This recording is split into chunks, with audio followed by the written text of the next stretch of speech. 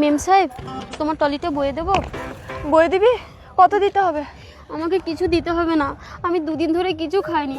তোমার বাড়িতে নিয়ে গিয়ে আমাকে দুটো ভাত দেবে? আচ্ছা ঠিক আছে, চল। দুদিন খাসনি কেন? তোর স্বামী নেই? আমার স্বামী ছিল, আমার একটা ছোট্ট মেয়েও ছিল, 2-1 পা করে হাঁটতো। আজ থেকে 20 বছর আগে আমার স্বামীর কথার অবাধ্য হয়ে আমি একটা মেলায় গিয়ে আমার মুন্নিকে হারিয়ে ফেলি। সেই ছোট্ট মেয়েটাকে আমরা বিদেশে পড়তে পাঠিয়েছিলাম, বলো আজ 20 বছর পর বাড়ি ফিরছে।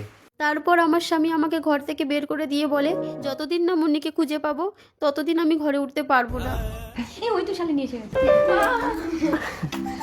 এটা আরে দেখ, নোংরা ধুলো ময়লা কাপড়ে ভিখারিটা ঘরে উঠেছে।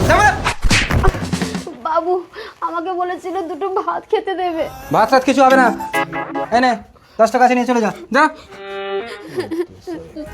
শালিনী, বাবা, আমি এয়ারপোর্ট থেকে নেমে ট্যাক্সি করে বাড়ি এলাম, তুমি একটা কাউকে পাঠাওনি? এই ব্যাগ নিয়ে কি আমি পারি একা? কেন? আমি তো ছেলেকে পাঠিয়ে দিয়েছিলাম। দাদা? দাদা বড় হয়ে গেছে? হ্যাঁ, এই প্রশ্ন। এ আমার দাদা? এ তোরা আমাকে নিতে গিয়ে আই লাভ ইউ বলছে, আমি তোকে থাপ্পড় মেরে দাঁড়িয়ে দিলাম। কেন? ওর সাথেই তো তোর বিয়ে হবে। বাবা, ভাই বোনে বিয়ে করবো নাকি? না, তোরা ভাই বোন না, ও তোর দাদা না। বাবা, হ্যাঁ, আজ থেকে 20 বছর আগে তোকে আমি একটা মেলায় কুড়িয়ে পেয়েছিলাম। আজ থেকে 20 বছর আগে? তার মানে ওটা আমার মা ছিল? শালিনী, শালিনী, শালিনী, শান্ত হ। প্রশ্ন অত জানি না, তুমি শালিনীকে এনে দাও, আমার ছেলেকে শান্ত করো। এসো এসো সবাই এসো।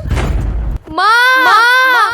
মেম সাহেব? মেম সাহেব না মা, আমি তোমার সেই মেলায় হারিয়ে যাওয়া মুন্নি। মুন্নি, শুনছো?